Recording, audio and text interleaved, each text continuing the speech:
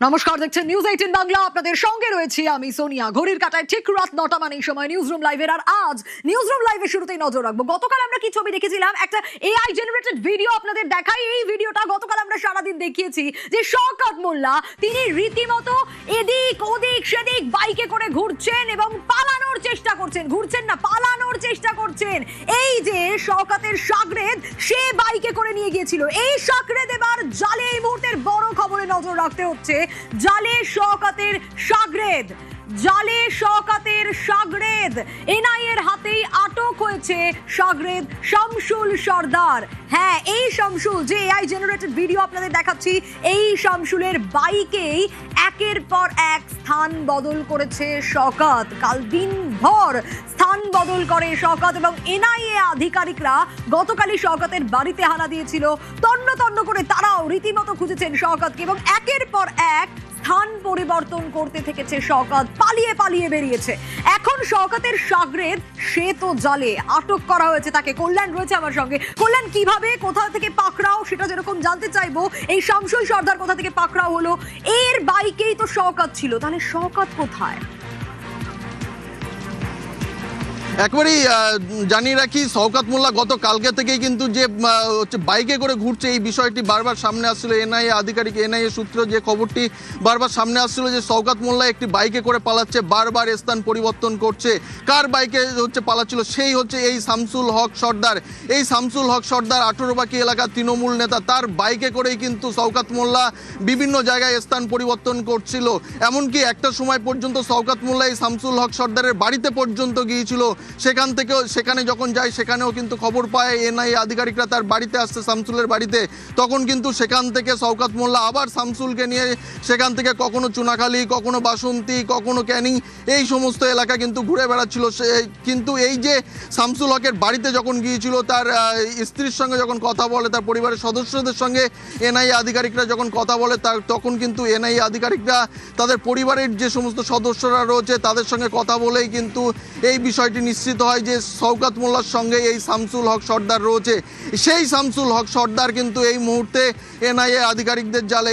ইতিমধ্যে কিন্তু তাকে আটক করা হয়েছে। আটক করে একেবারে কল্যাণের সঙ্গে থাকো। একটু দর্শকদের আরো একবার জানাই, এই মুহূর্তের বড় ব্রেকিং, যে ব্রেকিং এ আমরা নজর রেখেছি, এই মুহূর্তে জালে আটক ইতিমধ্যেই শামসুল সর্দার। কে শামসুল সর্দার? এই শামসুল সর্দার শওকত মোল্লার শাগরেদ। এবং এই শওকত মোল্লা যে রীতিমতো ত্রাস। হ্যাঁ, বৃহস্পতিবার সকালে কি ছবি দেখা গিয়েছিল, যার দুয়ারে এনআইএ আধিকারিকরা পৌঁছে গিয়েছিলেন। একেবারে ক্যানিং থেকে ভাঙড়, এই গোটা এলাকা শওকতের সাম্রাজ্য ছিল। এবং দক্ষিণ 24 পরগনায় রীতিমতো সমান্তরাল প্রশাসন চালাতেন ক্যানিং পূর্বের প্রাক্তন তৃণমূল বিধায়ক। কিন্তু গতকাল দিনভর তিনি পালিয়ে পালিয়ে বেরিয়েছেন এই শাগরেদের বাইকে করে। আমি একটু কল্যাণের কাছে আবারও আসবো।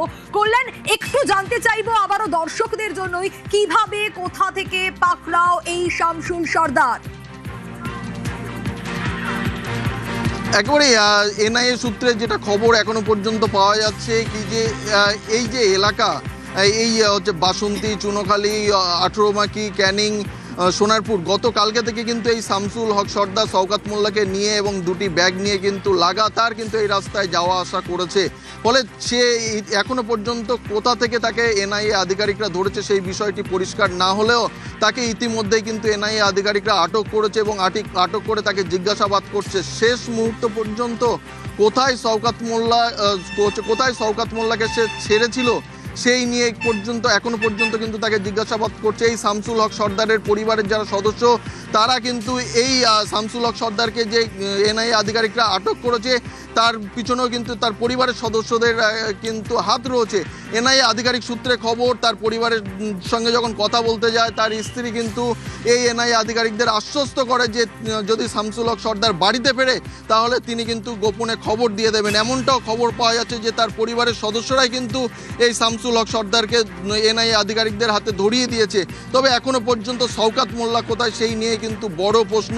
এনআইএ আধিকারিকরা তারা কিন্তু শামসুল হক সর্দারকে হাতে পাওয়ার পর থেকেই তারা ইতিমধ্যেই জিজ্ঞাসাবাদ। আমি আরো একটু জানতে চাইবো তোমার কাছ থেকে। তুমি যেমনটা বলছিলে কল্যাণ, যে পরিবারের লোকেরাই এই শামসুল হক সর্দার তাকে ধরিয়ে দিয়েছেন এনআইএ আধিকারিকদের কাছে, মানে এরকমটাই আপডেট পাচ্ছ এখনো পর্যন্ত। এবং শওকত মোল্লা তো তার সঙ্গেই সারাদিন ছিলেন, গতকাল অন্তত দিনভর সেই আপডেটই আমরা পেয়েছি সূত্র মারফত।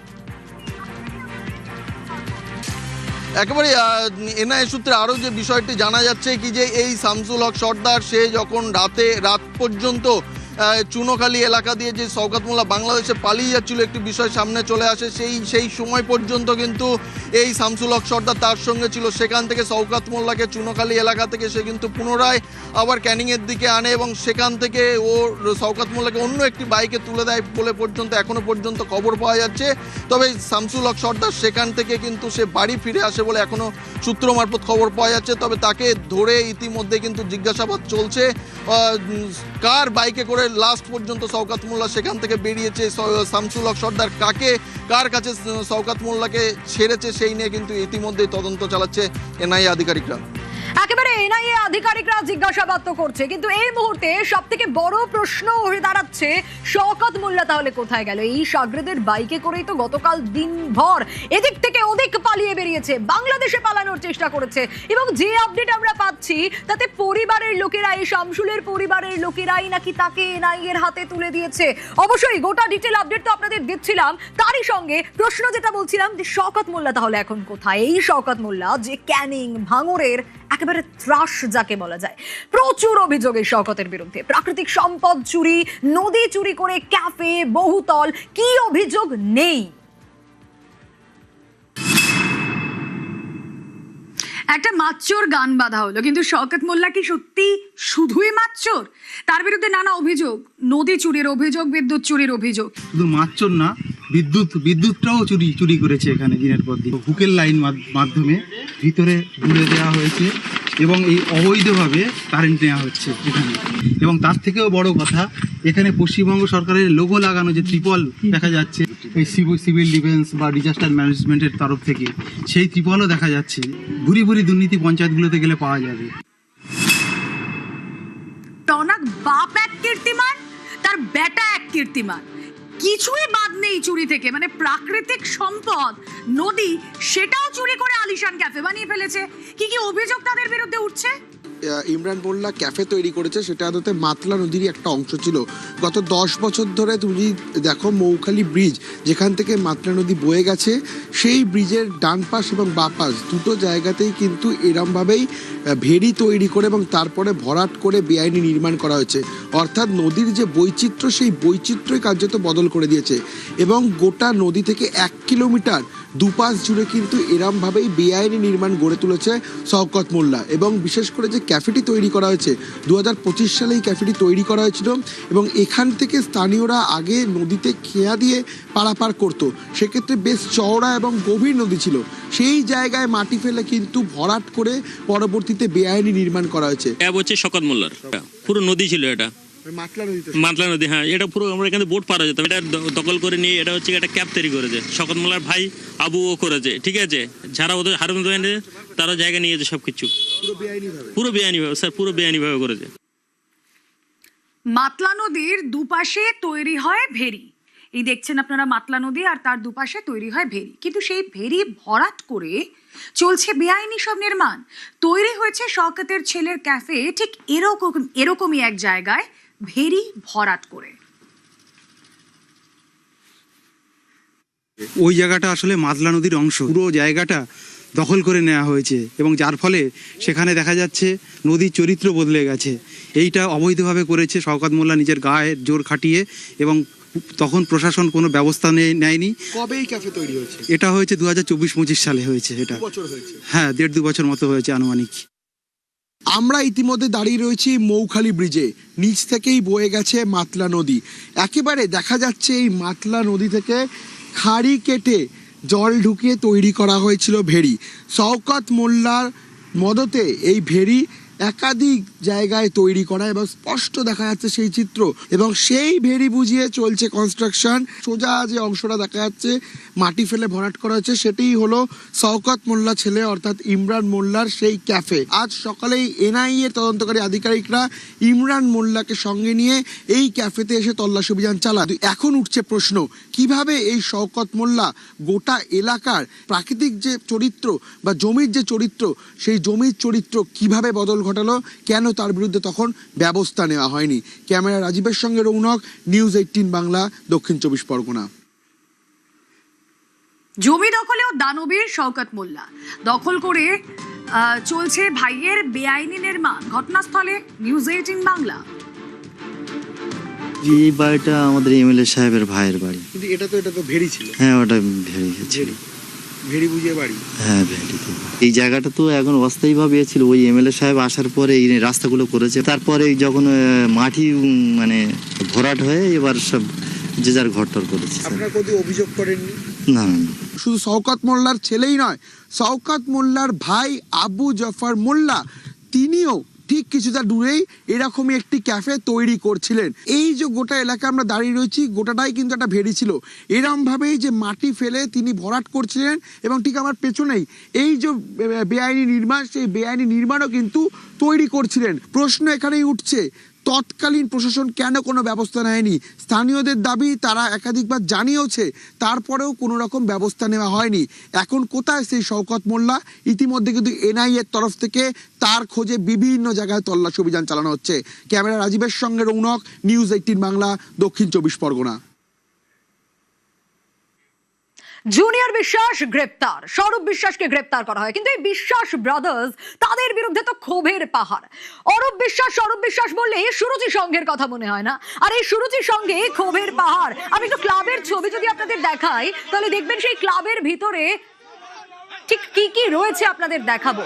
কিন্তু তার আগে এই যে ক্ষোভের পাহাড়ের কথা বলছিলাম, সুরুচি সংঘের রীতিমতো ভাঙচুর হয়, উত্তেজিত জনতা রীতিমতো ভাঙচুর চালায়। গতকাল রাত থেকে যে ছবি আমরা দেখেছি, স্বরূপ বিশ্বাস গ্রেপ্তার হতেই কোথাও গিয়ে ভয় আউট সাধারণ মানুষের, মুখ খুলছেন সবাই।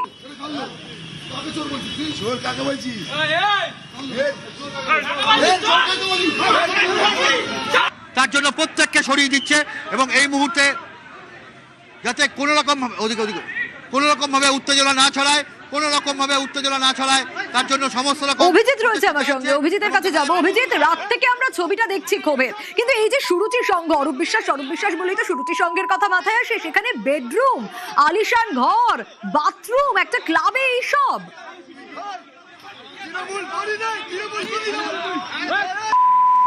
সোনিয়া, ক্লাবে শুধু এসব নেই, মানে বলা যেতে পারে ক্লাবে কি নেই, কি ছিল না। নিউ আলিপুর সুরুচি সংঘ ভিআইপি ক্লাব, বিশ্বাস ব্রাদার্সের বিচরণ ক্ষেত্র। মানে এই 81 নম্বর ওয়ার্ড, এই 81 নম্বর ওয়ার্ডে প্রথম দুটো টার্ম, কলকাতা পুরসভার প্রথম দুটো টার্মে এখানে অরূপ বিশ্বাস কাউন্সিলর ছিলেন, এবং তারপর শেষ 3 বার জুই বিশ্বাস, তার ভ্রাতৃবধূ জুই বিশ্বাস, তিনি কাউন্সিলর ছিলেন। আর এই নিউ আলিপুর সুরুচি সংঘ, একবার দেখানোর চেষ্টা করছি যে কিরম ছবি। বিশ্বাসে অরুচি, তাই বন্ধ হলো সুরুচি। এই পোস্টার পড়েছে, নিয়ম মেনে হবে পূজা, বিশ্বসেরা হবে, বিশ্বাসরা হবে সোজা, ভিআইপি কালচার নিপাত যাক, সুরুচি নিউ আলিপুর অধিবাসীদের থাক।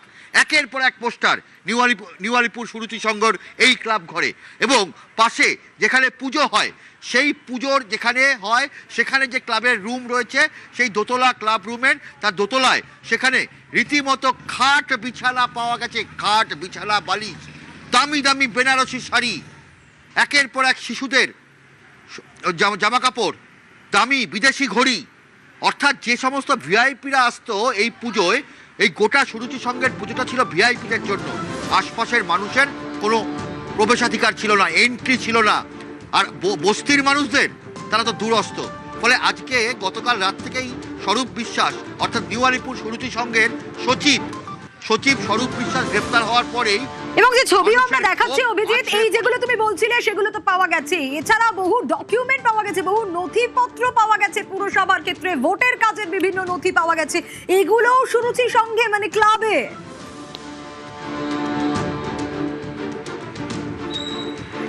একদম একদমই। এবং এই সুরুচি সংঘের যে ক্লাব ঘরে সেখানে ভোটার পরিচয়পত্র থেকে শুরু করে যুবসাথী প্রকল্প, গত সরকারের যে যুবসাথী প্রকল্প তারা সেখানে ডকুমেন্টস, বিভিন্ন ছেলে মেয়েদের যে ডকুমেন্টস, সিভি, কারিকুলাম ভিটে থেকে শুরু করে বিভিন্ন পুরসভার যে গুরুত্বপূর্ণ নথি, সমস্ত কিছু সেখানে মজুদ।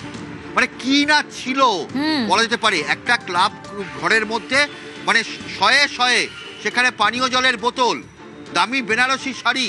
কেন একটা ক্লাব রুম, সেখানে ক্লাব ঘর, সেখানে থাকতে পারে কি table tennis board, carrom board, তা না থেকে সেখানে খাট রয়েছে। একেবারে তা না থেকে এখানে ওই ক্লাবেও রয়েছে বেডরুম। এবং গতকাল সৌরভ বিশ্বাস গ্রেফতার হতেই ভয় আউট সাধারণ মানুষের। শুধু দেখা যাবে যে মানুষের ক্ষোভ কি প্রকার ছিল, কি পাহাড় সম ছিল সেই ক্ষোভ মানুষের সৌরভ বিশ্বাস এদের বিরুদ্ধে। সৌরভ বিশ্বাস আশ্রিত দুষ্কৃতীরা হঠাৎ করে এসেই সৌরভ বিশ্বাসের নামে আমি একটু কটা কথা বলাতে আমার উপর আক্রমণ চালায়। কারা করেছিল? সৌরভ বিশ্বাস ঘনিষ্ঠ লোকেরা। কেন এরকম করলো? ওদের বিরুদ্ধে প্রতিবাদ জানানোর জন্য, এই নোংরা দুষ্কর্ম কাজের প্রতিবাদ জানানোর জন্য আমার উপরে এসে হামলা করেছে। এরপর এখন হাসপাতালে যাবেন? আমি এখন হাসপাতালে যাব ট্রিটমেন্ট করানোর জন্য। আমার অবস্থা খুব ব্যথা। পুলিশ তো আপনাকে রক্ষা করে। পুলিশ এবং কেন্দ্রীয় বাহিনী আমাকে থানার ভেতরে ঢুকিয়ে নিয়ে গিয়ে আমাকে রক্ষা করেছে। না হলে আজকে আমার কি হতো আমি নিজেও জানি না।